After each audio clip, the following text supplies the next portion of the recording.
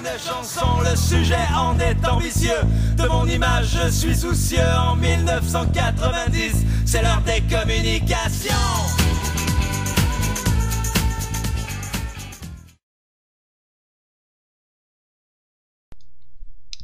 Avant de répondre à cette question, il serait important de définir ce qu'est le travail collaboratif.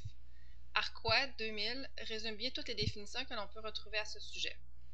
Il considère que le travail collaboratif a toutes les formes de travail, de production et d'apprentissage réalisés en collaboration avec d'autres personnes. Il s'agit de travail effectué dans un espace-temps virtuel, c'est-à-dire pouvant être local ou distant, synchrone ou asynchrone. Pour répondre plus spécifiquement à la question, Owens, 1998, qui a été cité dans Isabelle et collaborateurs en 2002, affirme que le travail collaboratif à distance est possible pour les enseignants et les directions. Par contre, la condition primordiale pour la réussite de cette collaboration reste sans contredit le soutien de la direction pour l'intégration d'éthique. En effet, Isabelle et collaborateurs en 2002 vont un peu plus loin en spécifiant que la réussite de l'intégration des technologies de l'information et de la communication dans les écoles dépend en grande partie du leadership et des compétences technologiques des chefs d'établissement. En plus de la direction, les enseignants doivent y mettre du sien. Selon Depauvre et collaborateurs, ces derniers se plaignent de difficultés ou obstacles liés à l'intégration d'éthique qui proviendraient de plusieurs sources comme une formation initiale inadéquate, une motivation insuffisante, un soutien technique inexistant, une organisation scolaire qui ne se prête pas aux TIC ou un manque d'appui de la direction. Travailler avec d'autres est nécessaire afin de se partager des tâches de plus en plus complexes et difficiles à réaliser et afin de disposer des connaissances récentes pour accomplir ces mêmes tâches. On accomplit mieux à plusieurs ce qu'on ne pourrait pas réaliser seul. C'est le sentiment de nécessité qui motive à mettre le temps et les efforts requis pour clarifier la tâche, se la répartir convenablement, communiquer ensemble de manière efficace afin d'en arriver à un produit final satisfaisant.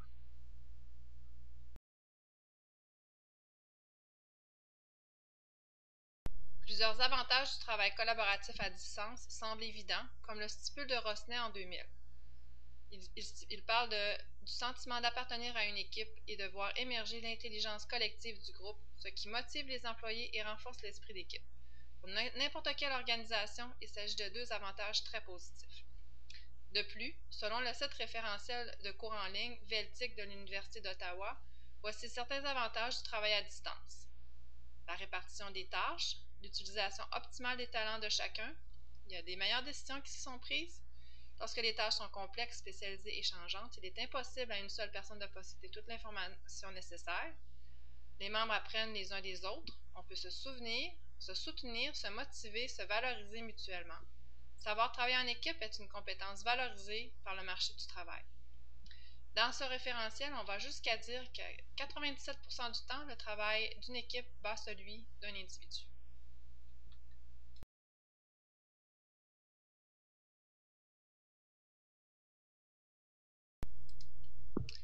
Produit de qualité, oui, c'est possible si les enseignants sont formés, ont le soutien de la direction, ont la motivation et la volonté, mais plus encore s'ils ont accès à un cadre de référence tel qu'il nous a été présenté au site Veltic, qui propose une démarche simple et claire, un processus à respecter quoi.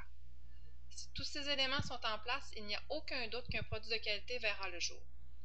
Malheureusement, plusieurs recherches prouvent que les enseignants ne sont pas formés adéquatement à l'utilisation d'éthique.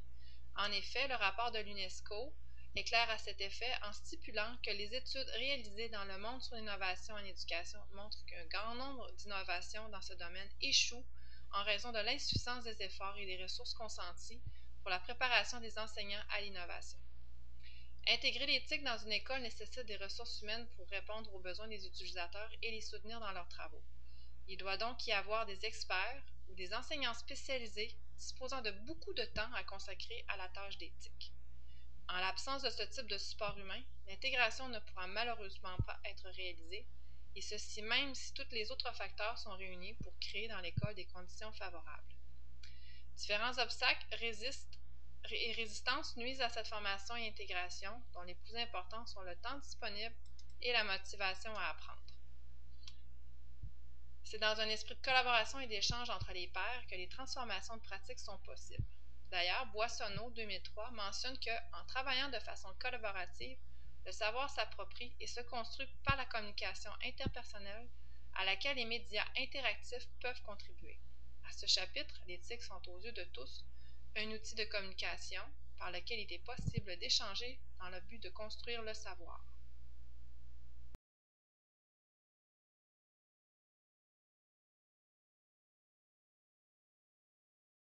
Moreau, en 2008, écrit explicitement que le travail collaboratif en ligne est aujourd'hui devenu indispensable pour mener à bien la plupart des projets d'envergure, ces derniers impliquant la participation de nombreux acteurs souvent éloignés les uns des autres.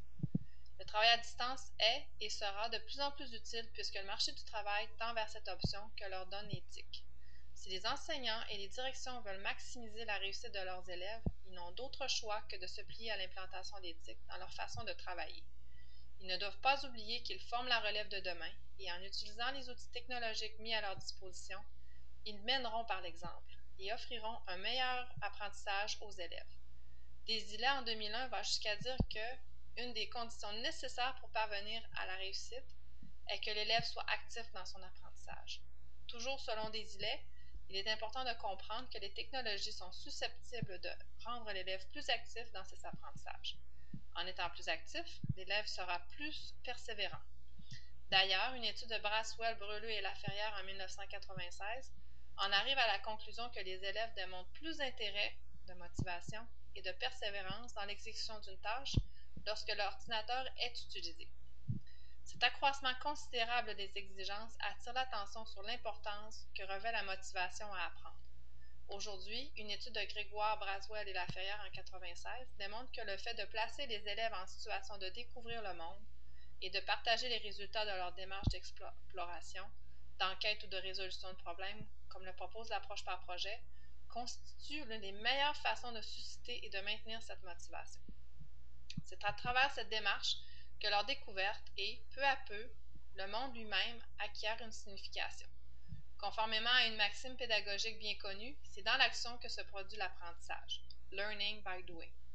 L'ordinateur branché en réseau fournit à l'enseignant un nouveau moyen pour inciter ses élèves à expérimenter et à observer par eux-mêmes les résultats de leur activité. Paradoxalement, les moyens utilisés pour faire passer les élèves d'une situation d'écoute à une situation où ils participent activement à la découverte du réel, recherche sur le web, simulation, utilisation de logiciels de collaboration, etc., relèvent souvent du monde dit virtuel. Et c'est bien ce que le travail 4.1 nous pousse à faire. Je vais vous faire une chanson, le sujet en est ambitieux. De mon image, je suis soucieux. En 1990, c'est l'heure des communications.